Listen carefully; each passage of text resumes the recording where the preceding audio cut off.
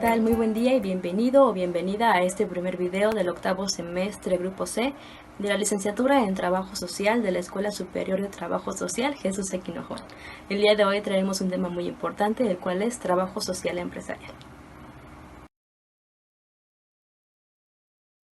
Nuestro manual está dividido básicamente en tres fases. La primera es cuando el trabajador social realiza un estudio situacional de la empresa. En esta conocemos la totalidad de la misma, desde empleados, funciones que realiza cada uno, el organigrama, los programas en los que se encuentra, las problemáticas que la empresa tenga.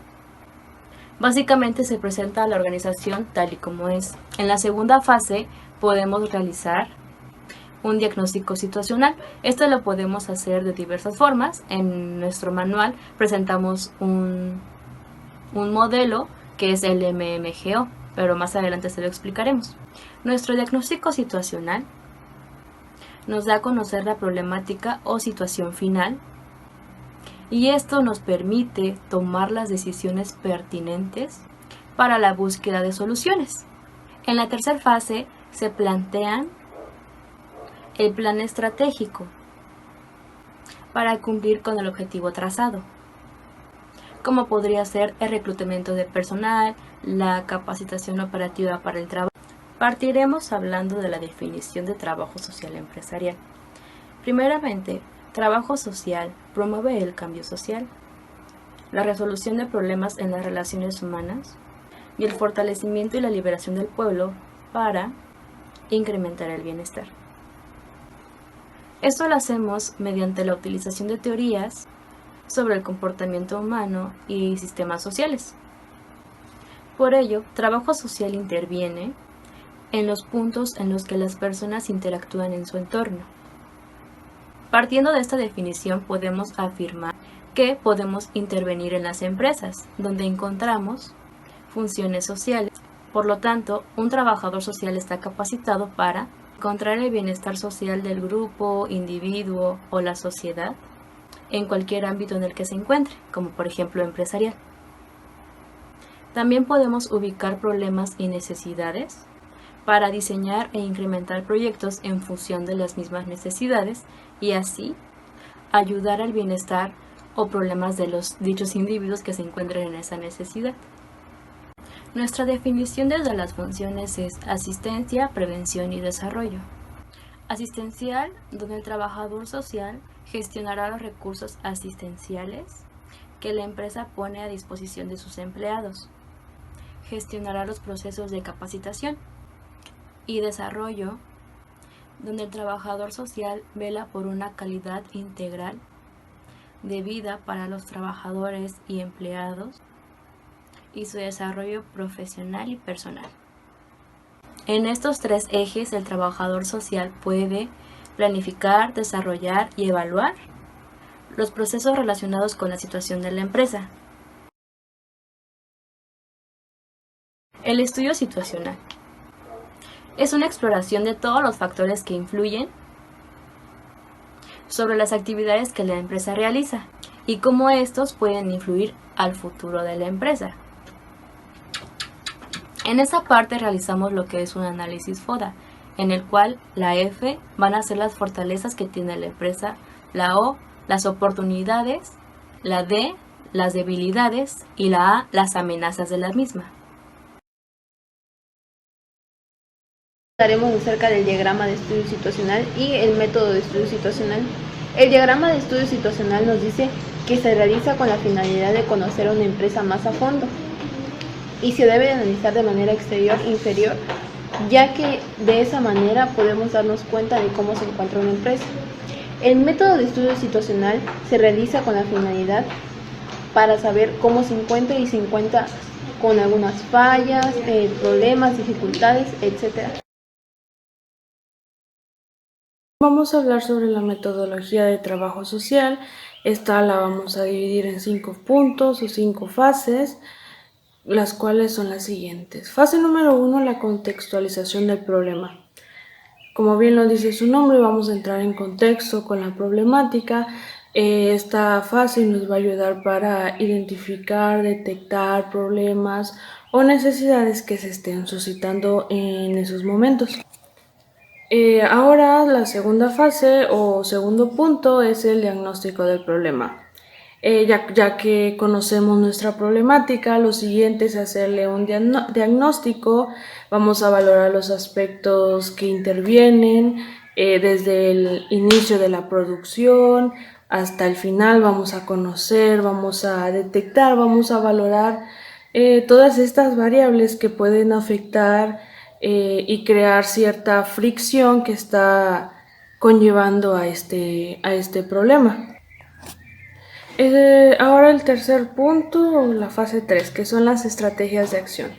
Muy bien, ahora que ya identificamos, que ya hicimos nuestro diagnóstico, ya tenemos una idea de qué técnicas, de qué estrategias podemos utilizar, así que las vamos a crear pensando siempre en buscar una solución para la problemática, para poder controlarla o, en lo mejor de los casos, erradicarla.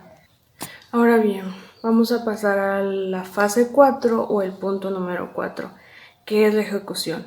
Ahora que ya tenemos estas estrategias, vamos a ejecutarlas, vamos a ponerlas en marcha en el departamento, la sección o en este contexto donde está sucediendo pues nuestro problema.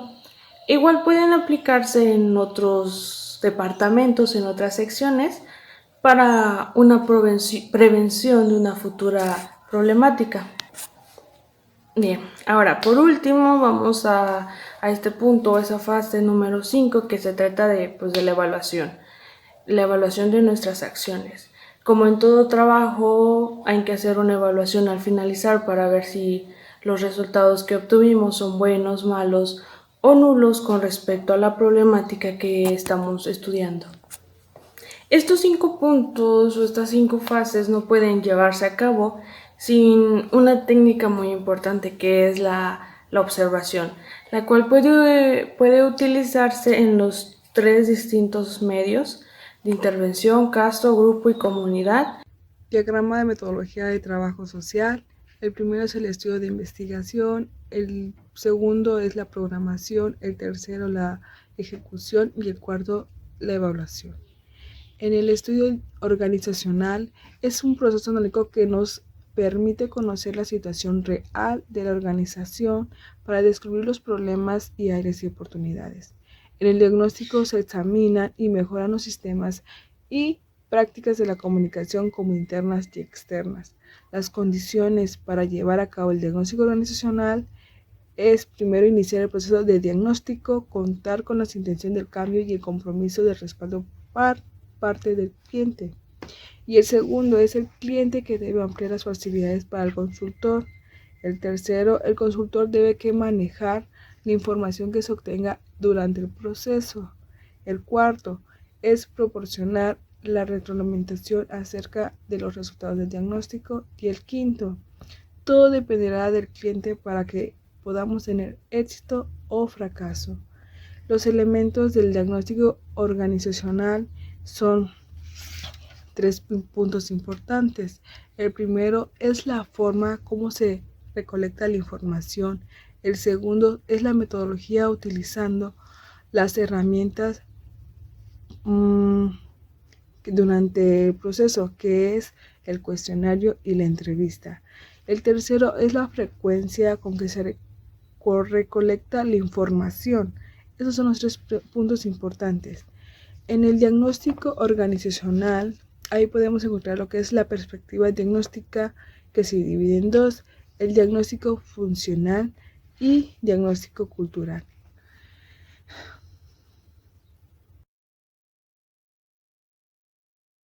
El diagnóstico situacional es una herramienta de dirección y planificación.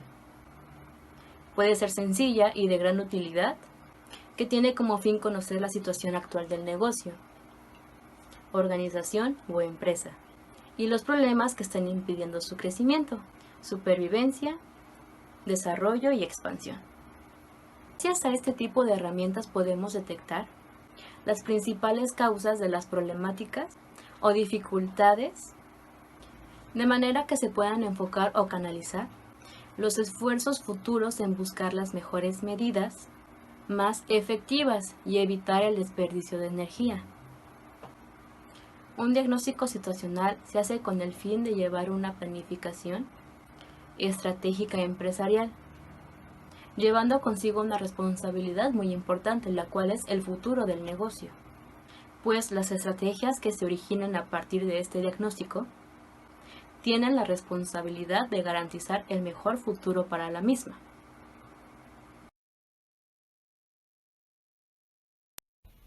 Diagnóstico laboral. Es un informe elaborado después de la revisión de toda la documentación y procedimientos legales de la empresa.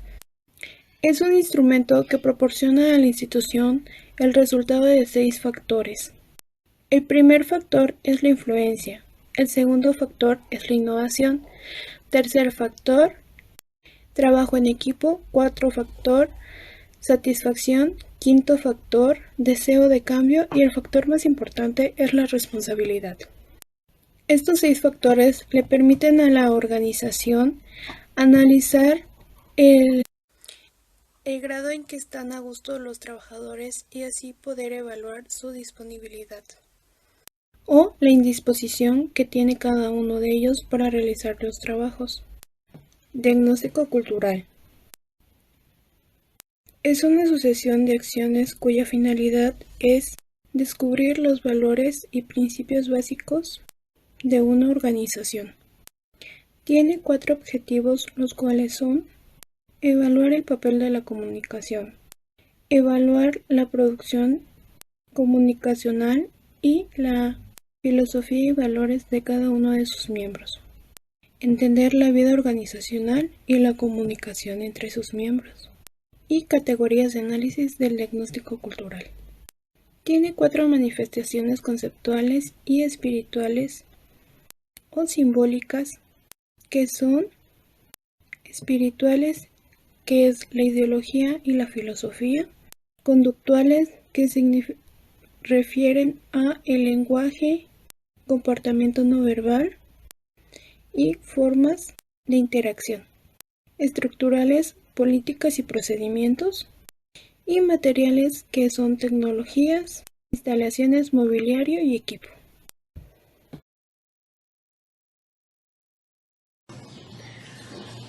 Atención administrativa y operativa. Se aplica de manera general en todas las actividades administrativas. Para la empresa es importante manejar este documento como base que permite tener las tareas y procedimientos definidos y autorizados. Tipos de manuales administrativos. Bueno, para dar comienzo a este tema hay que tener en cuenta que son 2 clasificaciones con las que contamos. La primera es por su contenido. Dentro de estos manuales tenemos los de historia, los de política, los de procedimientos y los de organización y contenido múltiple. Bueno, la segunda clasificación es aquella que son por funciones específicas. Dentro de estas tenemos los manuales de contabilidad, de ventas, de finanzas, de compras y por último tenemos el de personal. Este último manual es aquel que nos va a ayudar al reclutamiento del personal de una empresa. Y una vez teniendo este personal, también nos va a ayudar para ver las funciones y capacidades de cada uno de los trabajadores de dicha empresa.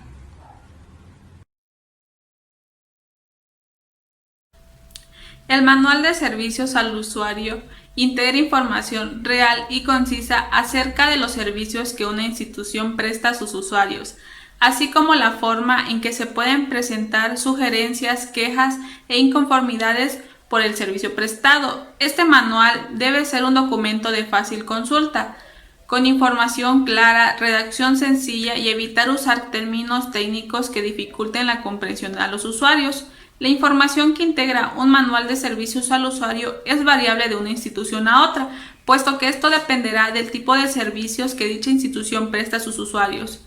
El formato de capacitación de personal en una empresa consta de 3 pasos. El primero son los objetivos de capacitación. Aquí se debe hacer una pequeña descripción del objetivo general de la capacitación, así como los temas, contenidos, herramientas y periodo que durará la capacitación, así como también incluir el nombre de las personas y departamentos a su cargo. El número 2 es programación de la capacitación. Este es un cronograma donde se detallan las actividades a realizar cada semana, dividiendo por programación y desarrollo de creación de contenidos, así también como la introducción, la capacitación y la evaluación. El número 3 es la evaluación de la capacitación. Este es el paso más importante, pues de esta manera podemos conocer qué tanto aprendió el equipo de trabajo con el cual hicimos este proceso. Es importante tener un buen plan de capacitación personal. Esto nos ayudará a mejorar cada proceso de aprendizaje empresarial. El análisis interno consiste en la identificación y evaluación de los diferentes factores o elementos que puedan existir dentro de una empresa.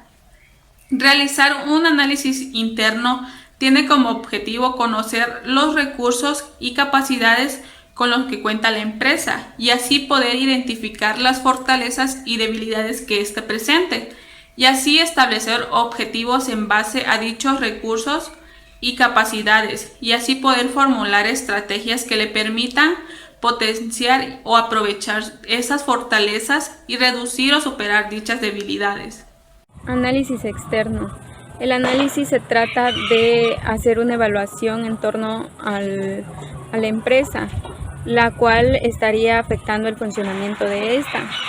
El objetivo de un análisis externo es detectar posibles oportunidades en la empresa, así como crear nuevas soluciones ante esta problemática. Atención operativa. Modelo para la atención operativa. Para asegurarnos del buen servicio por parte del trabajador, vamos a crear un mecanismo del cual trata sobre el acompañamiento y capacitación permanente hacia el trabajador, en el cual su principal objetivo es brindar un servicio de calidad a nuestros clientes, en el cual va a ser monitoreado cada mes y calificado con un rango. Vamos a manejar rangos del 1 al 5, siendo el 5 el promedio más alto, o sea, la calificación más alta. En este modelo se busca capacitar a los trabajadores, los cuales presentan una deficiencia en el trabajo. Pero, ¿qué es lo que Trabajo Social hace en esta situación? Trabajo Social, vamos a trabajar conjuntamente con los demás miembros, haciendo funciones nuevas y brindando nuevas herramientas que respondan a la necesidad de la empresa y buscar mejorar la habilidad de los trabajadores, del personal. Funciones de trabajador social en la atención administrativa y operativa dentro de la empresa privada. La figura de trabajo social dentro de este ámbito será creada a través del trabajo en equipo de todos los elementos de la empresa. Esto busca mejorar la actitud, el conocimiento y las habilidades de todo el personal. En esta área vamos a destacar 6 ejes que son los más importantes, que son gerenciar, planificar, elaborar, informar, tramitar y gestionar. El primero de ellos, que es gerenciar, se refiere al funcionamiento administrativo. El planificar nos habla de, además de planificar, elaborar los documentos administrativos que ayudan a normar el buen funcionamiento de la empresa. El eje de elaborar será el más extenso para nosotros porque como tal trabajo social se enfoca en el accionar. Entonces, ¿qué es lo que vamos a elaborar? Voy a mencionar uno que otro punto. Entre ellos está generar información que contribuya al análisis situacional y toma de decisiones. Eso también nos va a facilitar la ejecución de estrategias psicosociales y psicoeducativas que contribuyan en la salud mental y el buen rendimiento de la población atendida. Vamos a elaborar también la memoria anual de labores, la rotación y los turnos de cada elemento de la empresa. Vamos a mantener en orden los archivos de esta empresa, los libros, los registros, el informe estadístico, el sistema de información gerencial. Esto va a ser o procurar ser de manera mensual. También vamos a realizar la redacción y elaboración de informes, notas, correspondencias que se va a venir derivando de las actividades diarias de nuestros trabajadores. Vamos a actualizar y, si se necesita, elaborar los manuales internos de cada área, y vamos a crear los comités si en su caso llega a ser requerido. En el eje de informar, nos vamos a concentrar hacia el director o el jefe de la empresa. Tenemos que informarle las actividades laborales y los problemas que se vayan presentando. El eje de tramitar es 100% en cuestión de requerimientos de papelería, y al referirnos a gestionar, vamos a hablar del mantenimiento del equipo del departamento. Es indispensable todos estos puntos, todos estos ejes, es indispensable que se tomen en cuenta para la atención administrativa, porque dotará a cada uno de esos elementos de las herramientas necesarias para rendir de manera efectiva y eficaz. Hola, buen día. A continuación les presentaremos las 10 principales etapas y procesos que se necesitan para la realización de un manual de reclutamiento y selección de personal. Como primera etapa tenemos la solicitud de una vacante o solicitud de un personal. Este proceso reside en una de las principales funciones que realiza el licenciado o licenciada en trabajo social. Dentro de la empresa es el supervisor quien se encarga de indicar el perfil profesional deseado para ser contratado.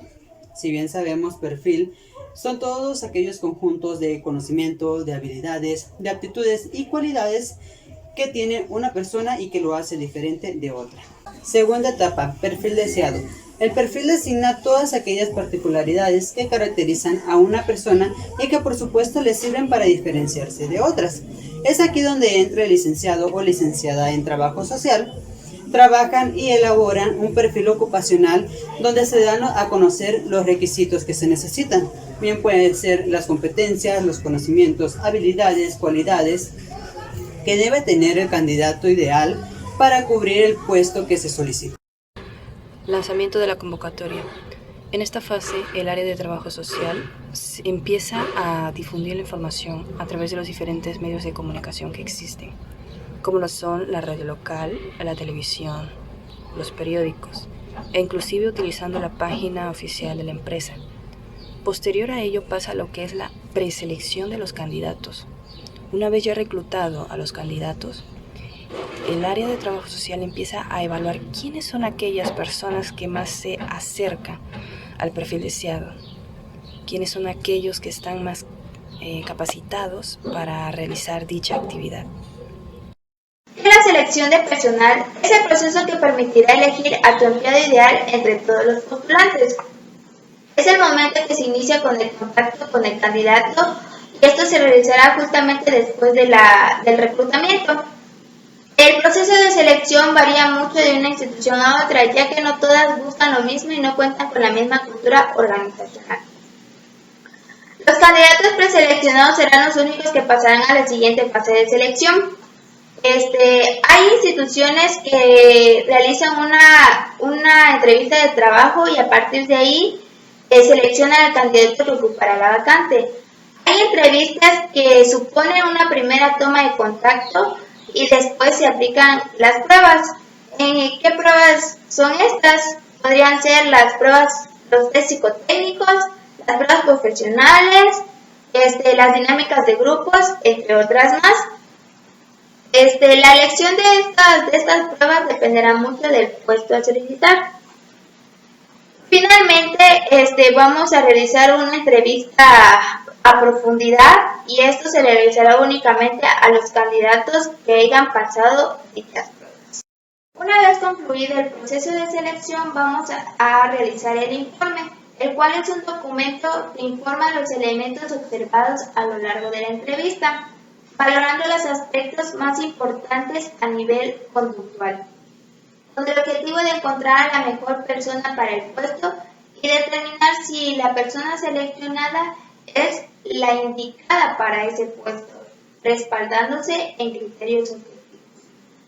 Hay ciertos aspectos que deben considerarse en el informe, los cuales son datos generales del candidato, herramientas de valoración utilizadas, datos de interés y referencias, interés y motivación hacia el puesto, puntos fuertes, puntos débiles o áreas de mejora, observaciones del entrevistado y observaciones a cubrir por el responsable y decisión final. Toma de decisión. En esta etapa del proceso de reclutamiento y selección, Trabajo Social elige al perfil más adecuado para el puesto de trabajo solicitado, tomando en cuenta las competencias profesionales, así como la capacidad de adaptarse a la cultura organizacional. Para esto, la empresa debe de clarificar las necesidades en cuanto al personal para que nosotros conozcamos las características que requieren. Después, elaboraremos el perfil donde mostraremos los requisitos, los conocimientos y las capacidades que se necesitan. Para esto, más adelante encontraremos una selección donde veremos si sus capacidades y sus conocimientos se adaptan de acuerdo a lo que la empresa necesita. Contratación es el cierre final de la selección y reclutamiento.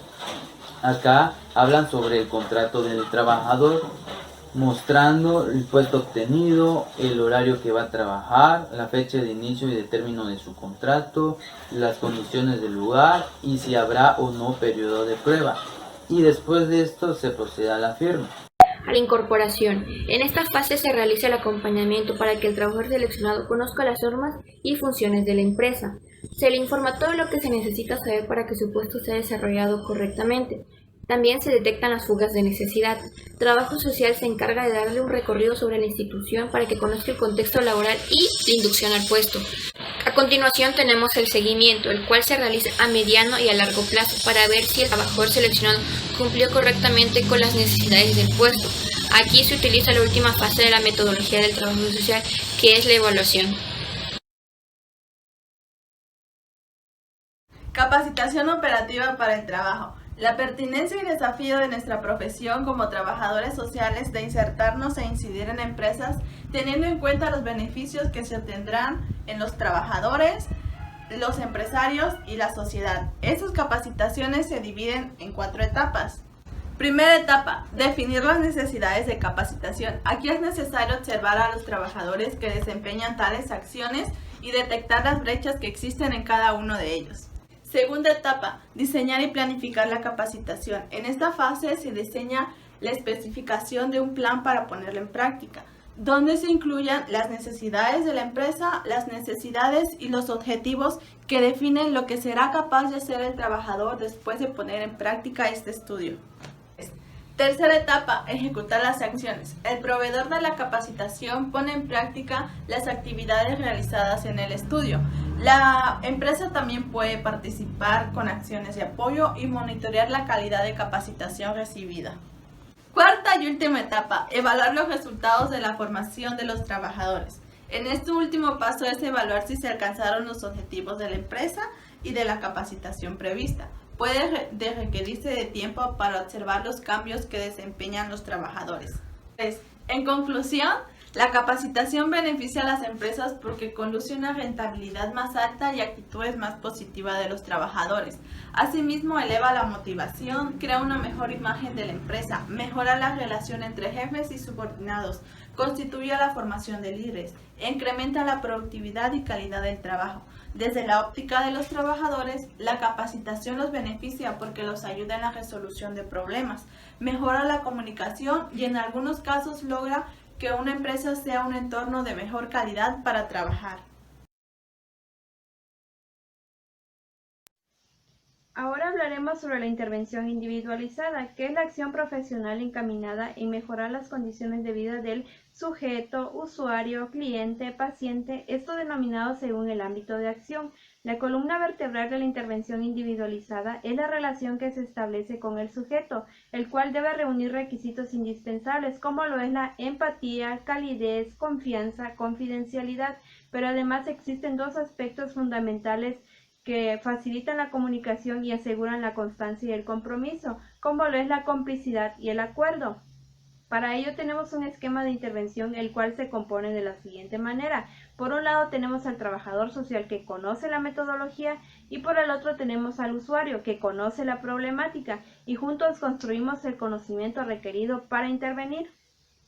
El estudio de caso es un método o una técnica de investigación y se caracteriza de la siguiente manera. Son particularistas, es decir, porque abordan una sola realidad y se acompañan de técnicas. Son descriptivos porque obtenemos una descripción exhaustiva y cualitativa del asunto o situación. Son heurísticos, es decir, porque descubrimos aspectos de un tema específico. Son inductivos porque se basan en el razonamiento inductivo y desde ahí partimos para el análisis y elaboración de la hipótesis. Estudio de caso es comprender los problemas del individuo de manera más completa, así realizando investigaciones cuidadosamente para identificar cada una de sus problemáticas. ¿Para qué nos sirve el modelo de intervención individualizada? Bueno, esta nos sirve para aumentar y dar oportunidad al individuo a hacer frente a sus problemas. También nos sirve para mejorar las tensiones existenciales que tiene en relación a sus familiares. Estudia antecedentes, características individuales y necesidades de esto. El ser humano se dice que es un ente biosocial, porque hay que entenderlo y atenderlo. Para ello hay que elaborar un análisis tridimensional basado en 3 etapas. La primera etapa es la exploración general, donde se da la comunicación, la entrevista, la observación. La segunda etapa es la descriptiva, donde se da esquemas, familiogramas, diagnósticos, que esto intervienen en el análisis. Y la tercera etapa y última es el estudio aplicativo y predictivo, donde el individuo abarca y se mete en su problemática para ver en cómo va a accionar y reaccionar ante sus problemáticas. Trabajo social interviene para asesorar y orientar la utilización de los recursos individuales, familiares e instituciones para lograr una promoción social al individuo, en el cual nos habla sobre los aspectos psicológicos que afectan y dañan a la persona o individuo, en el cual encontraremos los problemas de personalidad, que son anomalías temporales que existen en un cierto periodo, la definitiva que existen de una persona que desde que nace hasta que es adulto, y la heredada que es por parte de un familiar nuestro, cercano o lejano. También existen los problemas psicológicos, en el cual nos encontramos con la deficiencia mental, que son trastornos no definidos, y la psicopatología, que nos habla sobre la conducta anormal de las personas. Los problemas físicos heredados y adquiridos nos hablan sobre la discapacidad de una persona, ya teniendo las características de ser sorda o muda, y también un problema psicomotor que nos habla sobre las alteraciones del neurodesarrollo y los factores genéticos de la persona. En los factores de desorganización familiar encontraremos las siguientes, que son una familia tradicional, una familia nuclear, madre soltera, divorciada, vivienda inadecuada, farmacodependencia y orfandad. En el abandono existen lo que es enfermedad, vicios, prostitución, delincuencia, divorcio. En la conducta familiar encontraremos las relaciones conyugales inadecuadas, promiscuidad y problemas de la salud. En las condiciones del hogar están las situaciones económicas, la inestabilidad económica y la familia extensa. En las condiciones de la habitación y el uso está por hacinamiento, mal uso de servicio, mala convivencia, promiscuidad, abuso sexual e incesto. Muchas gracias. Una de las técnicas más importantes es la entrevista, en la cual la entrevista se define como una conversación dirigida o especializada en la cual se intercambian experiencias, se relatan actitudes y se expresan preocupaciones, puntos de vista. La entrevista es la etapa inicial en el trabajo social individual. Cuenta con dos tipos de entrevistas: la directa, que es la entrevista con el usuario, y la indirecta, en la cual se pueden entrevistar familiares, vecinos, compañeros, amigos, etc. Como planeación y preparación de la entrevista, como punto número 1 es la finalidad de nunca ir al azar, ¿no? Tener preparado lo que vas a decir, el estar preparado en el recibimiento, en el tipo de respuestas, en la legibilidad de que va a tener el usuario. También recabar la información previa, donde nos debemos dedicar a prestarle interés, y es muy importante también llevar un cuaderno de notas, ¿no? Donde vayamos apuntando los puntos más importantes que consideremos que el usuario nos está proporcionando en la entrevista. Como otro punto es planear bien la entrevista, poner la hora, el lugar, la fecha, valorar las circunstancias también, ¿no? La presentación física, así como verbal, cómo vamos vestidos físicamente, cómo nos vemos, cómo nos sentimos, cómo hablamos. Es muy importante, pues, recordemos que lo que somos, lo que presentamos es lo que transmitimos. El lugar debe ser en un lugar privado, o según también el interés del usuario, del entrevistado, ¿no? No debemos hacerlo sentir incómodo. Debemos demostrarle mucho interés a lo que nos está diciendo, crear el vínculo de confianza, que es demasiado importante, y pues actuar con naturalidad, ¿no? Ver que él nos vea que no estamos nerviosos, que él nos vea que estamos interesados en lo que está diciendo, demostrar que daremos todo el tiempo disponible para escucharlos, no cortarles. Si él se está desplegando y en la entrevista se está dejando ir y nos está platicando, pues no cortarle el tiempo, no decirle, ¿sabe qué? Ya le queda 10 minutos, 20 minutos, ¿no? Sino dejar que se exprese, y para que vea que tenemos el interés de realmente escucharlo, ¿no? Demostrarle que tenemos todo el tiempo para estar escuchándolo dentro de la entrevista. También el respeto a la persona, la dignidad de él, no hacer caras, brindarle todo el respeto posible que se merece el usuario. Tener también presentes que hay problemas específicos en cada caso, y no relacionarlos por la situación donde se encuentran, ¿no? Que se despliegue, que nos platique ahora sí que lo que tenga que decirnos dentro de la entrevista, para que le brindemos la confianza. Formar preguntas que no provoquen su incomodidad del usuario, ni que nos lleven a respuestas, pues, ¿no? Hacerle una pregunta y que él nos tenga que contestar una respuesta, ¿no? Simplemente que se dé ese vínculo de confianza, y que él nos pueda platicar dentro de la entrevista, ¿no? Lo que a él le parezca que nos quiere contar. Y pues también como punto número 13 tenemos el no para ser insinuante ni impertinente, ¿no? Como punto número 14 de la planeación y la descripción de la entrevista tenemos lo que es permitir que el entrevistado relate su historia en sus propios términos. Esto quiere decir en sus propias palabras y cómo él pueda desenvolverse. Comprender lo que dice, lo que desea, sus limitaciones, y lograr que el usuario comprenda nuestros comentarios para que no lo vaya a tomar a mal. Escuchar con interés, esto quiere decir tener una escucha activa, y es como la regla de oro de un trabajador social. Disminuir cierta tensión que se pueda presentar cuando el usuario esté hablando o se esté expresando. Contestar las preguntas sin ser autoritario o humillante, es como el paciente lo pueda tomar. Ser objetivo, buscar elementos que nos identifiquen con los entrevistados, saber garantizar, merecer y conservar la confianza del entrevistado cuando ya la comunicación ha sido amplia.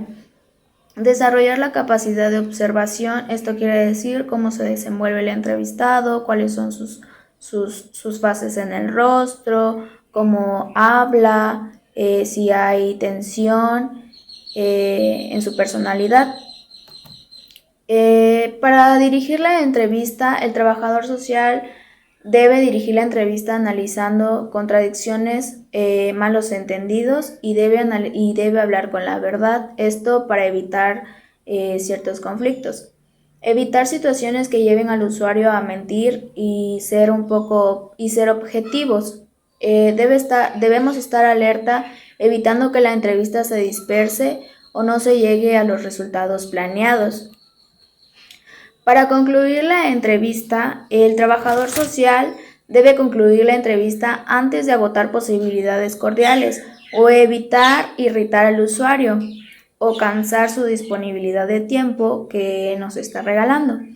El trabajador social debe concluir la entrevista cuando el usuario se encuentre en estado de excitación o depresión emocional. Solo ahí se puede cortar la entrevista, mientras no. Cuando se perciba el propósito del usuario por arreglar por sí solo sus asuntos. Descripción de la entrevista. El trabajador social debe de realizar notas al terminar la entrevista, plasmando lo que son observaciones, deducciones personales y pronósticos. Evaluación cualitativa de la entrevista. Para el trabajador social se le debe de crear un hábito el autoevaluarse al terminar la entrevista, con el fin de analizar el desarrollo y resultado de cada entrevista. Asimismo, de revisar si se utilizaron las técnicas específicas, si la actitud del trabajador social fue la más correcta, si hubieron momentos de sentimientos y situaciones de proyección, si se dedicó el tiempo necesario y se obtuvieron los resultados que esperábamos de la entrevista.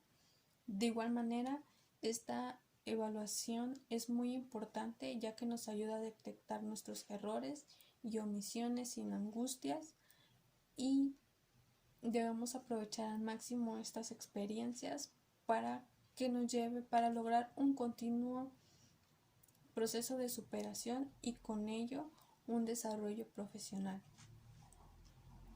La entrevista y sus elementos educativos nos sirven para recabar información a través de la observación de sentimientos, actitudes y relaciones. La visita. Dice que es una técnica la cual va variando, depende de la observación que nosotros hagamos hacia el usuario. También esta técnica nos permite poder interactuar, hablar y conocer a familiares de nuestro usuario, ya sea en un ámbito familiar, laboral, escolar o personas que estén rodeadas de nuestro usuario. Tenemos lo que es la regla de oro, que durante la entrevista, que nos menciona 3 puntos muy importantes, que es observar, preguntar y escuchar. En observar nos indica que debemos describir todos los aspectos físicos, que son físicos pero también deben ser psicológicos. Nosotros debemos de captar y describir todo lo que sea importante. Tenemos lo que es preguntar, es llevar al sujeto a un autoanálisis y que reflexione sobre los comportamientos propios y también ajenos. Y en escuchar es tener la capacidad de nosotros hablar con el usuario, pero preguntar lo que es necesario, no salirnos del tema, y así que el sujeto exprese lo más importante que nos tenga que decir. Y eso es lo que les iba a presentar. Gracias.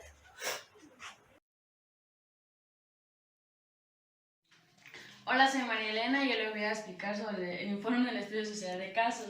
Los estudios sociales de casos deben elaborarse de acuerdo a la base metodológica. La base metodológica se trata de la comunicación de calidad social, la interpretación diagnóstica, el proyecto de introducción, ejecución y evaluación. Así cumple los objetivos del trabajo social. Esto deberá dejar evidencia del verdadero quehacer profesional. Uno de los aspectos más importantes en el estudio social es el informe. ¿Qué es el informe? El informe se hace con el propósito de comunicar sobre algún tema o información, en este caso el estudio social de caso, que se hace. Con esto se llena con datos y hechos obtenidos por el trabajador social.